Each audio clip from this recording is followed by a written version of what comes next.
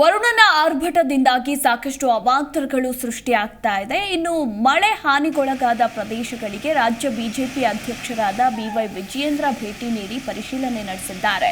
ತಾಳಗುಂದ, ಒಡುಗಣಿ, ಕಸಬಾ, ಅಂಜನಪುರ ಹೋಬಳಿ ವ್ಯಾಪ್ತಿಯಲ್ಲಿ ತುಂಬಿರುವ ಕೆರೆ ಕಟ್ಟೆಗಳು, ಮಳೆಯಿಂದ ಜಲಾವೃತಗೊಂಡಿರುವ ಬೆಳೆಗಳನ್ನು ವೀಕ್ಷಿಸಿದರು. ನಂತರ ಮಂಚಿಕೊಪ್ಪ ಗ್ರಾಮ ಪಂಚಾಯಿತಿ ವ್ಯಾಪ್ತಿಯ ಹಕ್ಕಳ್ಳಿ ಗ್ರಾಮಕ್ಕೆ ಭೇಟಿಯನ್ನ ನೀಡಿದರು.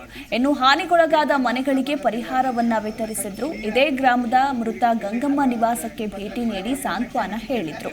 ಇನ್ನು ಮಳೆಯಿಂದ ಮನೆ ಹಾನಿಗೊಳಗಾಗಿರುವ ಬಿಳಕಿ ಗ್ರಾಮದ ಮುಬಾರಕ್, ಹನುಮವ್ವ, ರೆಹಾನಾ ಕಲೀಮುಲ್ಲಾ ಅವರ ಮನೆಗೆ ಭೇಟಿ ನೀಡಿ ಸೂಕ್ತ ಪರಿಹಾರವನ್ನ ನೀಡಲು ಅಧಿಕಾರಿಗಳಿಗೆ ಸೂಚಿಸಿ ಎಲ್ಲರಿಗೂ ವೈಯಕ್ತಿಕ ಧನ ಸಹಾಯವನ್ನ ಮಾಡಿದ್ರು.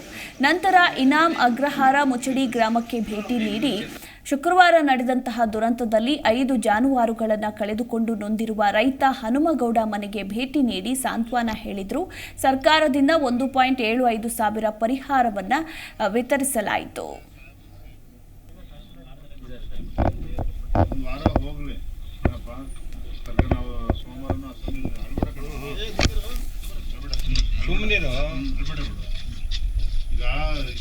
ಮುಂಚೆ ಸಾಹೇಬ್ರು ಸಿಎಂ ಇದ್ದಾಗ 5 ಲಕ್ಷ ಬರ್ತಾ ಇದ್ರು.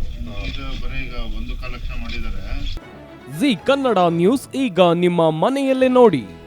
ಎಲ್ಲ ಕೇಬಲ್ಗಳಲ್ಲಿ ಈಗ ಲಭ್ಯ.